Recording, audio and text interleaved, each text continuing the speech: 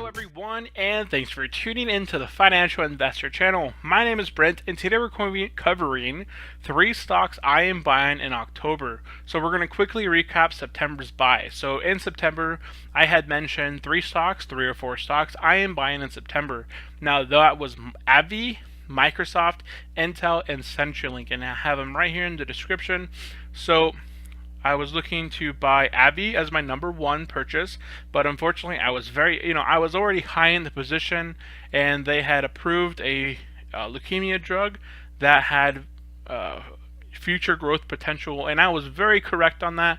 AbbVie is probably the one that shot up the highest. Microsoft, they were doing quite a bit of transitional stuff, and I had actually bought some shares of Microsoft. If you saw the September review, I bought like 3 or 4, 5 shares of Microsoft. It was able to average down a couple pennies. And then Intel, I did not buy any more Intel, but they've had a very nice month as well. And then my 4th stock that I was looking to buy in September was CenturyLink because of their future merger with Level 3. I just saw a lot of opportunity there.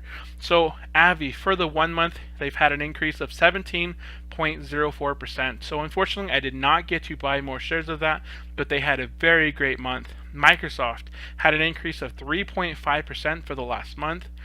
Intel has had a nice increase of 10.5% for the last month. And then CenturyLink, this is one that when I had mentioned it in my video, it was sitting at $19.72, and it was still considered undervalued-ish in my opinion. But when I saw this fall to $18.18 in a trade day, I was picking that stuff up like candy. So I bought it at around $18.70, $18.50, $18.20, and then it fell a couple times to $18.18, and I was able to pick up quite a bit of equity in that position, and now it's sitting at about $20. So in the last month, it's had an increase of about 5.37% overall, and that's mainly due to they've completed their merger with Level 3. Level 3 stock, their leadership is actually coming over to CenturyLink and positioning themselves to kind of help out the business and kind of shape out their future potential. So CenturyLink and Level 3 merge. They're going to be keeping the CenturyLink name because CenturyLink gave Level 3 the money for them to kind of merger. And I'm not going to speak too much on that, but I just know that CenturyLink is going to be a very good player up in the future. You know, they're dropping fiber. They're going around doing ads for their lifetime subscription. So if you buy into their internet for $20 a month and it increases sometime in the future, you have that lifetime $20 limit. So that'll all be some good marketing for them.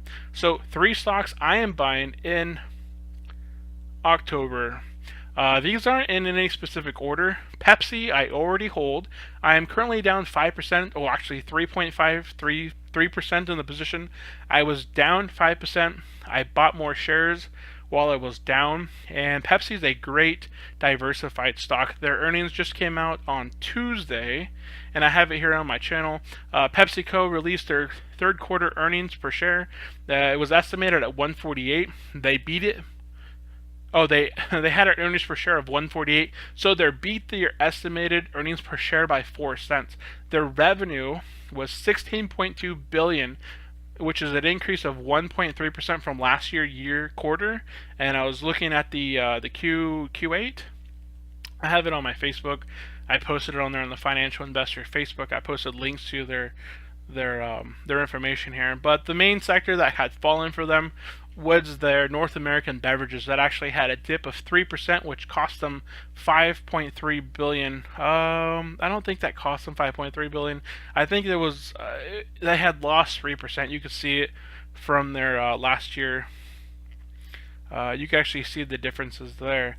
But their CFO, Hugh Johnson, had said on the earnings report that North America does have a clear challenge, but you got to remember that Pepsi also distributes Lipton, Starbucks, Rockstars, and these are all growing companies. Their Quaker sector actually had a very nice, healthy increase, and you know, Pepsi is just one of those huge companies out there that's able to be, they're looking to get more diversified.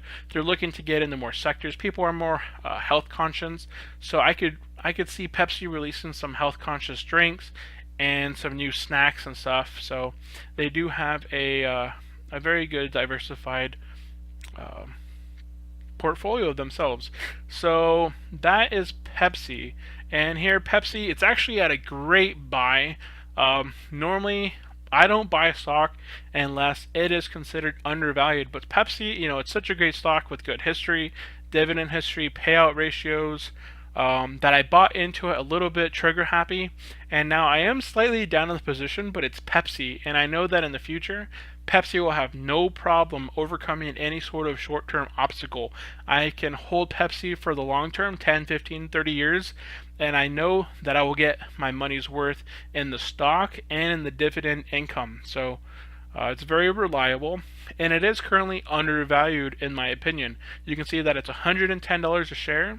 It's sitting at a 2.82% yield, whereas in the past, just a couple months ago, you couldn't buy into Pepsi without getting a yield of around 2.6, 2.65%. Now you're getting a 2.8% yield, so very good buying entry point.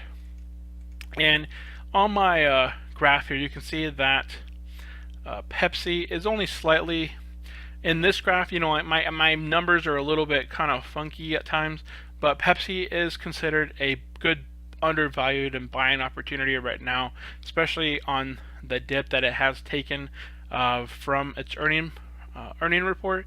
It had gone down slightly, so that'll help you buy in at a good entry point. My next stock is Cisco. Cisco and Brandy Corp. These are both October ex-dividend and dividend paying stocks, and I was looking to fill a little bit of my portfolio with a new stock that pays dividends in October, that 14710 month, because I would like to get at least $100 or more in dividend pay per month. That way I could basically compound my interest or my dividend pay monthly. I could take $100 and buy $100 worth of shares on every single month, and my portfolio would compound monthly. I would buy into stocks that are currently down or have not increased as much as the other ones, and I could buy into stocks that might be coming up on ex-dividends. If they fall in a little bit, I can buy in more shares. So my portfolio is able to compound monthly instead of quarter to quarter through the drip. So Cisco, it's a great buying opportunity. It's still a little bit overvalued from where I'd like to get into the position. You can see that it's currently sitting at a $54.29 entry point. Its 52-week high is 57.07, 52-week low is 47.15. Its price to earnings is PE ratio is 26, so it's a little bit high from what I would consider. I would like to get a entry point of around $45, but I know that'll be a little bit difficult. And then Brandy Corp, it's a financial company. It's very diversified. Both Cisco and Brandy, I took time to kind of look into both of these stocks at their financial statements, their balance sheets, and just their long-term, how do they recover from recessions? How's their dividend history? And we can actually take a quick look at that. Let's just add them into the chart here right now, and you can see that right now Cisco is slightly overvalued. It was a great buy back in July when its yield was around 2.65, and it was at a entry point down in the $50 range, so that would have been a great buying opportunity. So actually, I would say 45. My expectations are a little bit off. I could probably see myself buying into the stock if it fell to a 52 or $50 area. Then I would consider that a good entry point. And then Brandy Corp is, of course, a financial investment style company, but this one didn't actually fall during the 2008-2009 banking, financial, housing market. I'll show you here in just a minute. And they continue to pay dividends. Both of these companies have paid dividends for more than 10 years. So that's why I'm kind of looking at adding them to my portfolio. They're resistant to recessions. They have good dividend history, and they're a little bit overvalued at this time, but that's why they're on my watch list for October. Maybe they will be a good entry point where I'm able to buy them at a good opportunity. They would provide me with good dividend income in the months that I am looking for it, and my 14710. So that's covering the graphs. Now we can go over to dividend.com, and I'll go ahead and punch in these. Brandy is BRY, I believe it was BRC. BRC. So Brandy Corp, this is a business service. It's a kind of financial business service. They've been paying dividends for 31 years, and their payout ratio is only 43, so it meets my rule of having dividend growth through a recession. It has payout ratio below 60%. The next dividend date is actually in 5 hours, so tomorrow. I could not get a good buying opportunity. Maybe after the ex-dividend date, they will drop to a good entry point, or where they would be considered undervalued at the time, and I might be able to get at a good entry buy. But who knows? Their annual growth for their dividends actually going down slightly here. It looks like they may have missed a payment here. But you can see that they have had very nice continued growth of dividend growth for 31 years. Now, they might dip a little bit here and there, but even during stock splits, you can see that they've kept up on their dividend payments. They did a stock split 3-for-1, they did a stock split 2-for-1, and they kept paying out the same dividends. So they've actually paid out through the 2000, the 92, the 2008 recession, and this is a business service, so very good potential. Then of course its balance sheet and their financial data looked healthy as well. And so the other stock here was Cisco, so it was SYY, and this one has dividend growth for the past 46 years, payout ratio of under 47%. Or under 48%. You know, it's under my rule of 60. It's a food wholesale. You know, they distribute and wholesale food and deliver it. Let's see here. Their ex-dividend date was, it may have already, you know, they already came and passed. It's October 6th. So they're, you know, like I said, that's one. It's missing. It's filling in one of the spots that I'm looking to fill for my 1, 4, and 7, and 10 paying months. So it is a qualified dividend. It's had healthy increase. You know, it's a little bit below my rule of 5%. It's 3.3%. But if I'm looking to buy a stock that's going to be able to be resistant to recessions, have at least some sort of a steady increase, have a decent payout ratio, we can actually see here if we go to look at its long-term, you can see that during the recession periods of, say, the 2000 recession, the dot-com bubble, it just kind of overlapped it and just kept going through it.